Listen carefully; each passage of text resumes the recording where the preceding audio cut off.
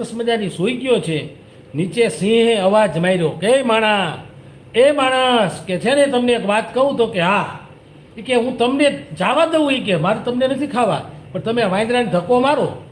આ વાંદરાને તમે ધક્કો મારો અને વાંદરો નીચે પડે એટલે હું વાંદરાને ખાઈ દઉં, તમને જવા દઉં.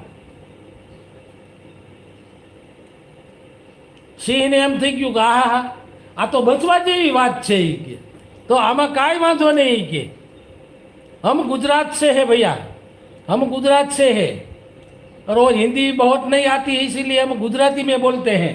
એટલે માણસને તો એમ થઈ ગયું વાહ ભાઈ વાહ, મારો જીવ બચતો હોય તો વાંદરાને ધક્કો મારી દઉં. અને રાજેશભાઈ ઉપાડીને સડે એક પાટું ઠોકી વાંદરાને. જી નામ પધારો પધારો. એક પાટું ઠોકી વાંદરાને. માણાને એમ હતું કે હમણાં વાંદરો નીચે પડશે, પણ વાંદરો બહુ ચાલાક હતો. વાંદરાએ પગ છૂટા રાખ્યા હતા, પણ પોતાની પૂંછડી દાળની